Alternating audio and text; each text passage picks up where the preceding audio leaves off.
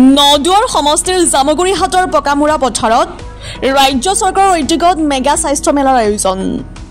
নদুৱাৰ সমষ্টিৰ বিধায়ক পদ্ম হাজৰিকাৰ বিশেষ তৎপৰতাত এই স্বাস্থ্য মেলা অনুষ্ঠিত। পুৱাৰ পৰাই সমষ্টিটোৰ বিভিন্ন প্ৰান্তৰ পৰা ৰোগীসকল আহি এই স্বাস্থ্য মেলাত অংশগ্ৰহণ। প্ৰায় 50 গৰাকীৰো অভিজ্ঞ চিকিৎসকে আগবঢ়াইছে চিকিৎসা সেৱা।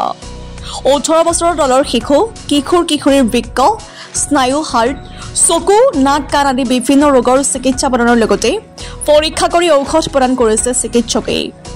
এই স্বাস্থ্য মেলাত সমষ্টিটোৰ প্ৰায় 10 সহস্ৰাধিক ৰোগীয়ে অংশগ্ৰহণ কৰিছে। জটিল ৰোগত আক্ৰান্তসকলক উন্নত চিকিৎসা সেৱাৰে বাহিৰলৈ নিয়াৰ ব্যৱস্থা কৰাৰ বিষয়েও জানিব পৰা গৈছে। এই স্বাস্থ্য মেলাৰ শুভ উদ্বোধন কৰে নদুৱাৰ সমষ্টিৰ বিধায়ক পদ্ম হাজৰিকাই। নদুৱাৰৰ পৰা প্ৰাণশংকৰ ভিৰ ৰিপৰ্ট, ডিজিটেল এছএম লাইভ।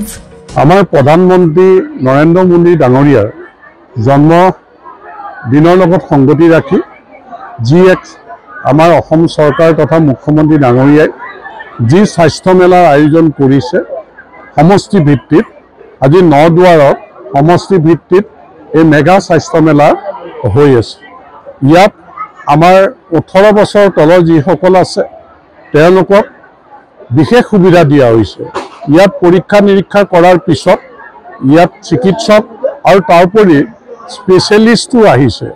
তেওঁলোকে যিখিনি ইয়াত কৰিব লাগে কৰিব, ৰেফাৰ কৰিব, যদি গুৱাহাটীত লাগে কৰিব, তাত নিয়া অনা চিকিৎসা সকলো ফ্ৰী।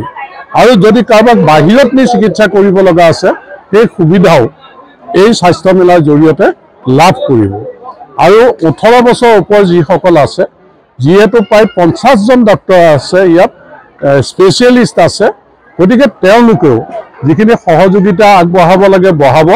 সেইকাৰণে আমি 18ৰ তলৰ ব্যৱস্থা, দিব্যাংগসকলৰ ব্যৱস্থা, 18ৰ ওপৰৰ আৰু একদম ছিনিয়ৰ চিটিজেনসকলৰ কাৰণেও আমাৰ সকলোৱে মিলি পেলাই স্বাস্থ্য বিভাগ, আমাৰ এডমিনিষ্ট্ৰেশ্যন প্লাছ পঞ্চায়তৰ প্ৰতিনিধি, আমাৰ সামাজিক কৰ্মী আৰু NRLMৰ যিসকল সখী আছে সকলোৰে সহযোগত শৃংখলাবদ্ধভাৱে আজি এই স্বাস্থ্য মেলা সফল কৰিবৰ কাৰণে সকলোৱে উঠি পৰি লাগিছে।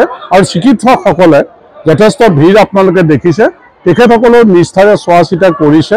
ৰোগীসকলেও সন্তুষ্টিয়ে প্ৰকাশ কৰিছে যে তেওঁলোকে যে এই সেৱাটো লাভ কৰিছে, তাৰ কাৰণে প্ৰধানমন্ত্ৰী ডাঙৰীয়াক, মুখ্যমন্ত্ৰী ডাঙৰীয়াক ধন্যবাদো জনাইছে। আৰু আমি সকলোৱে ইয়াত জড়িত হ'বলৈ পাই আমি নিজকে ধন্য মানিছোঁ। এইটো এটা পুণ্য কাম হৈছে। আচলতে দুখীয়া নিচলা মানুহে ভালকৈ স্বাস্থ্য পৰীক্ষা নিৰীক্ষা কৰাৰ এই ব্যৱস্থাটোৰ পৰা তেওঁলোকে যথেষ্ট কষ্ট কৰিব লাগে কৰিবলৈ। ইয়াত তেওঁলোকক গাড়ী দি অনা হৈছে, তেওঁলোকক ইয়াত খোৱা বোৱাৰ ব্যৱস্থা কৰা হৈছে আৰু চিকিৎসা কৰাই পেলাই তেওঁলোকক ঘৰত থৈ দিয়া হ'ব। গতিকে এই পদক্ষেপ লোৱাৰ কাৰণে মই চৰকাৰলৈ, স্বাস্থ্য বিভাগলৈ ধন্যবাদ জ্ঞাপন কৰিছোঁ। যথেষ্টখিনি মানুহ ইয়াত উপকৃত হ'ব।